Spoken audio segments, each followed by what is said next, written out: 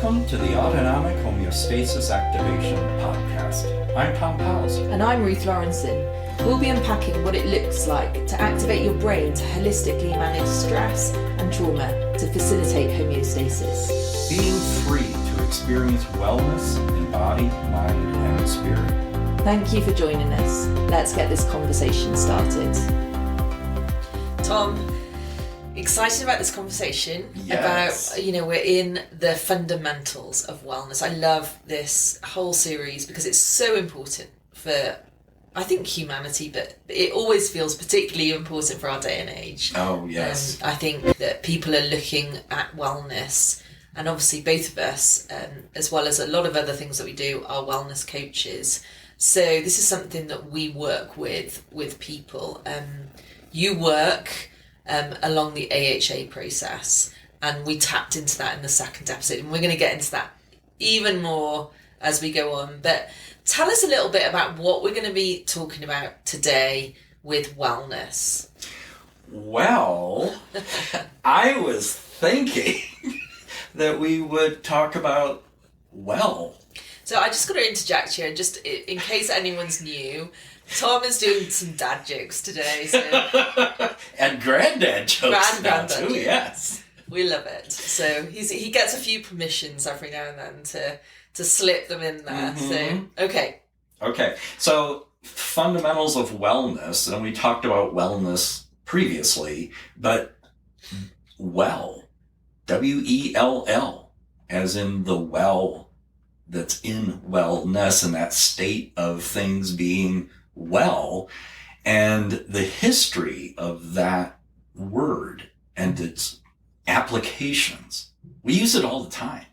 And this is good because, I think, with the topic of wellness, we can get in there and talk about all of the different applications. But this is kind of going back a little bit and just trying to even understand the word.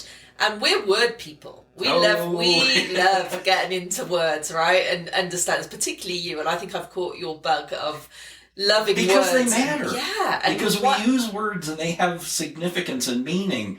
And sometimes they have so much more meaning than we even appreciate. But appreciating it and understanding it has that much more significance. So start us off then. What's some of the history around, well, and one of the things you just mentioned before we started recording and that I hadn't even engaged with was the fact that well is, we talk about, we're wellness coaches, right? Mm-hmm. We talk about well-being, but actually well is used in so many things, so many little phrases that we have. So talk to us about, where do we start with the history of this word and the understanding of it? Well, in the Western world, the oldest form literally referred to what many today know of but are unfamiliar with, and most people have probably never even seen, which is a literal well. A well that was like in the center of a village or in an oasis or something, and it was that hole in the ground that tapped into a source of water. Mm-hmm. Or it could be referring to what we would call a spring, a naturally occurring well, but it's this water that would come up that was reachable or could be drawn from or that bubbled up and was present, and that was a well. Mm-hmm. So that's the first known... Yeah, that's the oldest application. That was, what is this water source? And well. And I think that that's interesting to me because from what I know about springs or wells, obviously the water source, there's something about life. That you can't live without. That's what people would go to get the water. The water is the essential part of life. And you can go a long time without food, but you cannot go very long without water. So there's something essential about water. Water is essential to life. And so I think just even that, knowing that, I think so often, Tom, wellness gets marginalised. It's like this thing that we can do if we've got some extra time. Mm-hmm. Whereas I think pulling it back into the centre, like this, the community well in a village or a spring, it's an essential part of life. This is not just something we can't get away with not having it, basically. And that's key, I think, when we're thinking about wellness. But the other thing I love about that idea and that picture of a well, this kind of like literally is a hole in the ground, right, with water at the bottom, is it was also a place that would draw community. And as well, as you came for this essential part of life, that water that you need, you can't get away, like you said, you can't go that long without water, but there would be other people, there would be relationships, there would be a communal activity of drawing the water from the well. Because of that. Yeah. Because this was something you keep going to the well. Yeah. And we even use it that way. Yeah. You went to the well. Yeah. Dug deep. Yeah. Yeah. So that was the original. And from there, it began to take on the sense of expressing as wished or as desired. Why? Because that drink of water was desired and was, now I'm satisfied. Yeah, so when you have what's in the well, wellness, life, homeostasis, and you take a drink from that, there's goodness, there's satisfaction, there was thirst and now there isn't. There was desire, there was something that you needed and now you are fulfilled. And longed for. Yeah. And now that is satisfied. Satisfied. So it's like you're parched on a sunny day and, you sat out there and you have a really nice cold glass of water. There's that feeling of being satisfied. Things are as you would wish them to be, which is why we use the word in well done or I wish you well. Yeah. Yes, because that's what you're wanting for that person, or you're describing what has occurred as well. So this well word is about satisfaction, is about goodness, is about what's beneficial. Things being as desired. So wellness coaching, for example, is drawing from the well and the source of that within that person so that things can be well. Things are as desired, they are satisfactory, and that just got coupled with being. Well-being, wellness, a sense of state. A state of things being that way.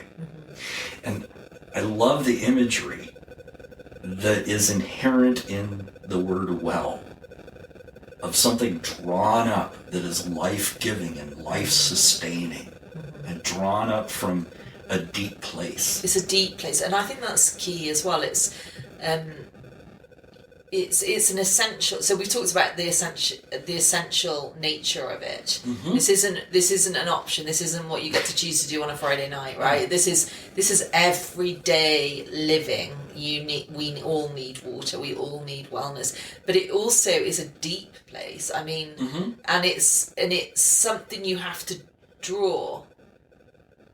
Like you pull up, and so it's not necessarily.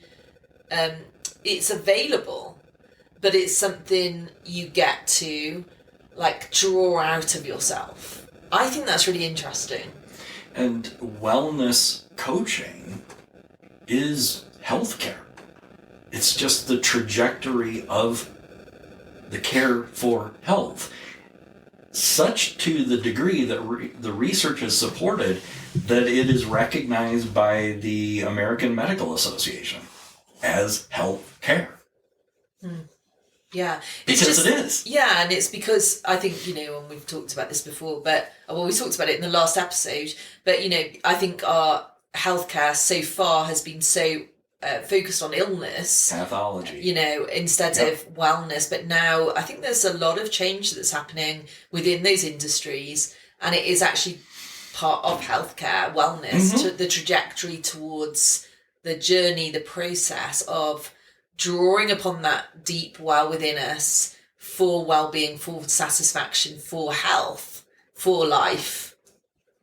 Yep. And so that leads into that process, literally not just the ground beneath our feet on this path, but the occasional well where we can draw water from the aquifer that's down deep and bring that up.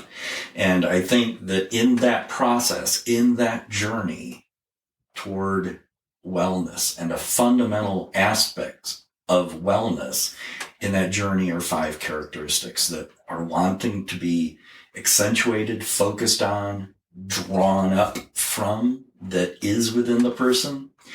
And the first of those, for me as a wellness coach, is love.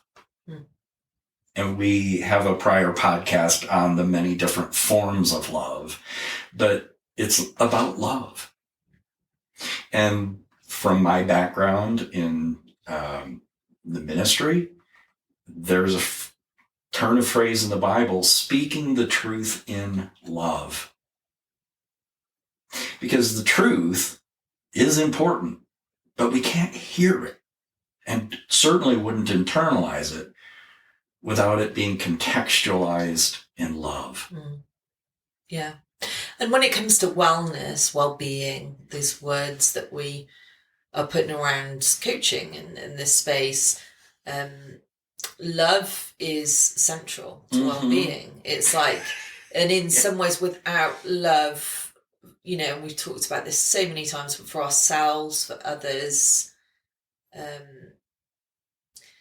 I guess it's like, can you even be well without Do love? you even want to? Yeah.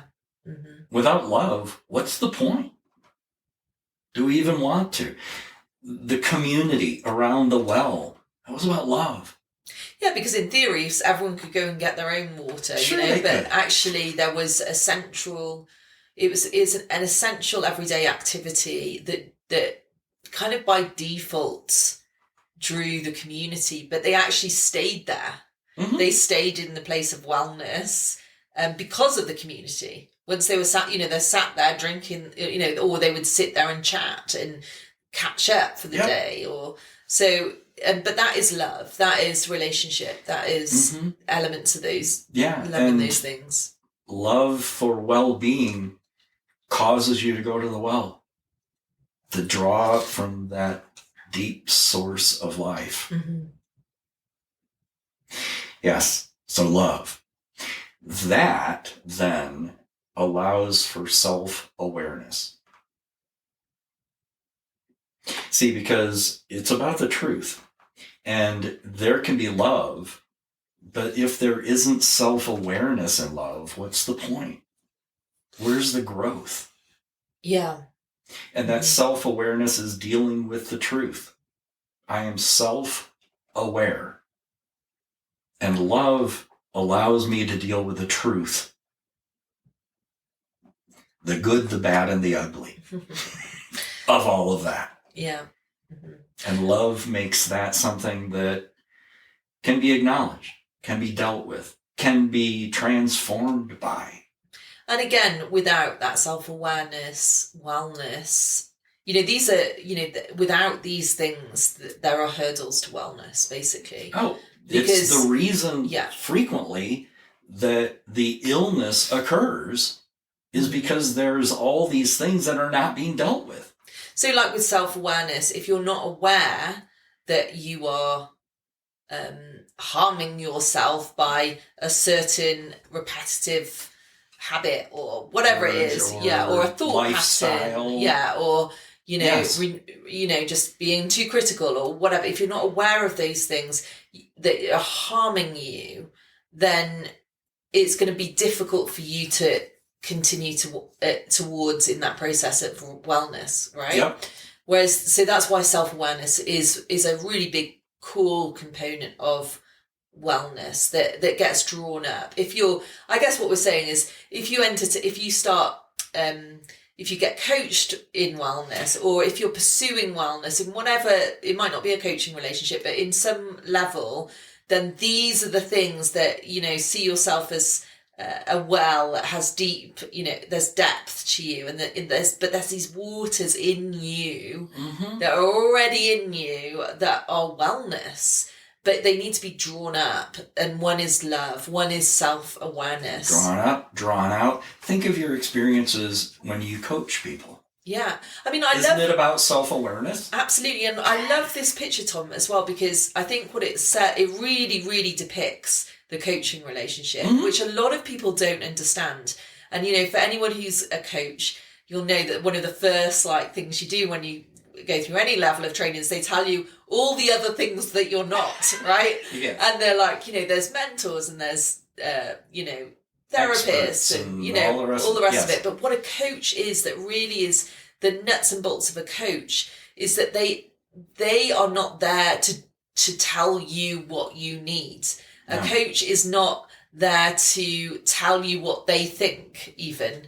But primarily a coach is and they talk about a coaching relationship, a coaching kind of paradigm with the client.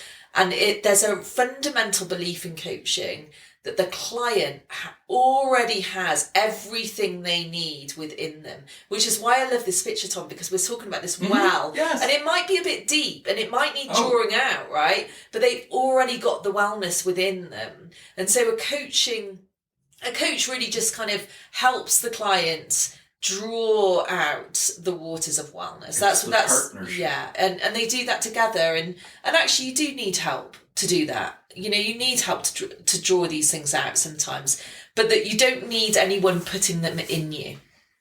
It's to help the partner change.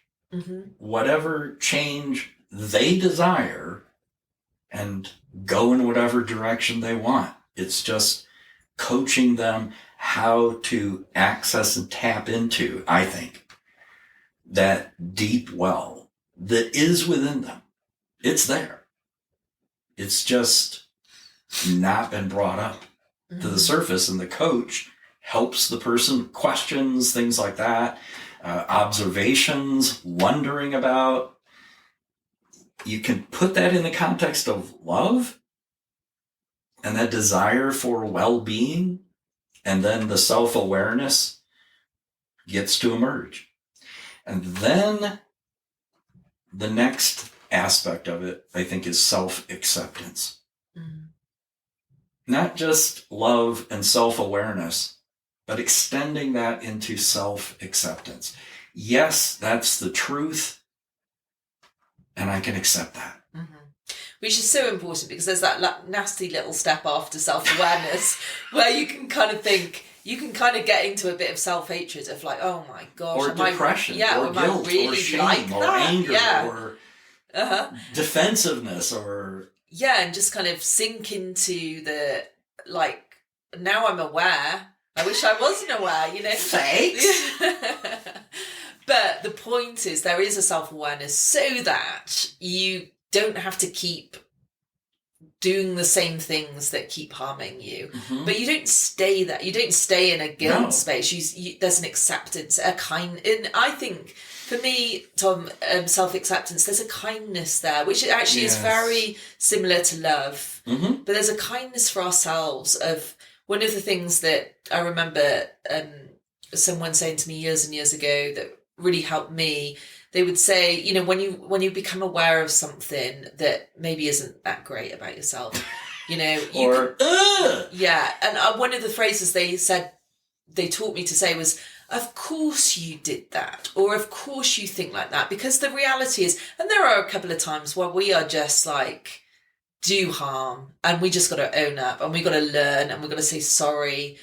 But a lot of the time, these things that we do, the self-awareness thing, they come from patterns of thinking or traumas or stress or, most people aren't trying to cause harm and to others or themselves, we're wanting wellness.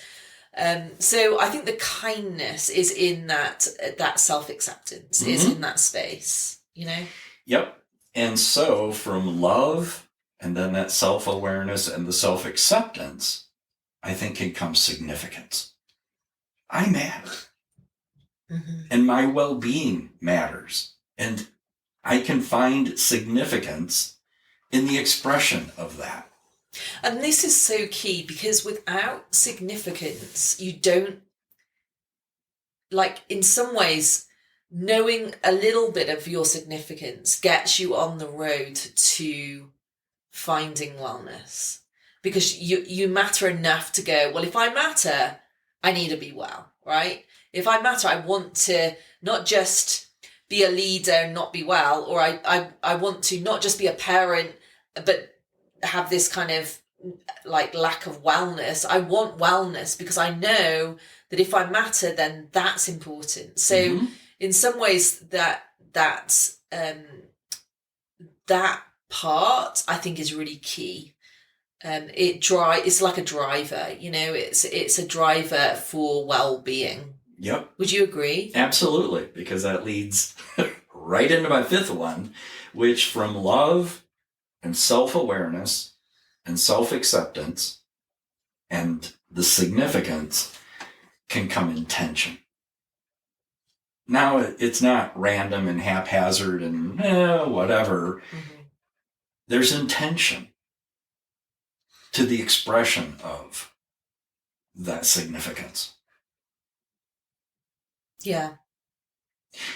That's purposeful. Mm-hmm. So that's that clarity. Yep. It's beyond purpose and purposeful. It is intention. Mm-hmm. We think of, I did that intentionally. There's intention to living that life of well-being. Mm-hmm. And then things are satisfactory because we've drawn from that well. Yeah, so that intention it's almost setting your course, isn't it? Mm-hmm. It's saying, well, I've assessed and I'm more aware, and I've experienced, love for myself, for others. I've come to some level of acceptance. I know that I matter, and now the intention, I take all of those things and there's an intention to live in a way that I think is wise for well-being. And you just described the lifestyle change. Mm-hmm. That's the point. Yeah. I don't go around dehydrated and thirsting. Mm-hmm. Yeah. And I think I love this conversation around the root word and the evolution of that word well, and the idea of us drawing from this deep place within us for those 5 things, because really that's what coaching, really when I think about those 5 things, these are the things we hit on. Yeah. Now they might have all sorts of ways of they could look at like all sorts of different things, but at the core it's these 5 things that we're dealing with when it comes to wellness as we're coaching people. Yep. So it's more than just dealing with and restoring well-being where there has been illness. It's the directionality of that into increasing experiences of wellness. Mm-hmm. And so I think that the key takeaways, for me at least, from this conversation, and I hope for our listeners that are encouraging, are firstly, wellness is essential. It's just like water. It's just like getting a drink. We can't survive without it. We're not meant to survive without it. And also it involves community, some level of community. Now that could be a coaching relationship, or it could be in other forms. But it's quite hard to get wellness on your own. Mm-hmm. So there's an invitation there. So if you're listening to this, it's like, yes, it's essential. This isn't just like this, sidelined hobby. This is like the essential part of being a healthy human, and people, community matter in that. So I think that's really key. And then I think I just really want to re-emphasize this. We already have wellness within us. We are our own well. And it may be deep or it may be a spring bubbling up, but it's exactly there. It's there somewhere. We are, and I love that perception, because I think sometimes again I think we see it ourselves as inherently bad, or, you know, there's nothing great about it, but it's already in us. We're our makeup as human beings. There's goodness in us. It's Yes. really good to remember that in our world right now, because I think we see so much corruption, and it's hard to have faith in humanity sometimes. But which are all expressions of the lack of wellness. exactly. But within us, there's wellness, and so the challenge really is like, you know, we get to draw that out, and you know, I guess for our listeners, the challenge is: are you drawing what's already in you, this deep well? Yes, you're gonna have to dig deep a little bit, and maybe you need a bit of help with a coach or with a friend or with a community, but there's these things in you that can be drawn out that will really change your lifestyle for the better. Yep. And wellness is a sense of, this is satisfactory. This is good. Well done. This is wellness. Yeah. That's great, Tom. Well, we'll be back next time. Thanks for joining us. And let's continue on this journey of wellness. You've been listening to the Autonomic Homeostasis Activation Podcast. Join us next time as we continue in our conversations with Tom. If you're interested in pursuing your own wellness journey, please check out our website, autonomichealing.org. You can also reach out to Tom at innerworkings.org.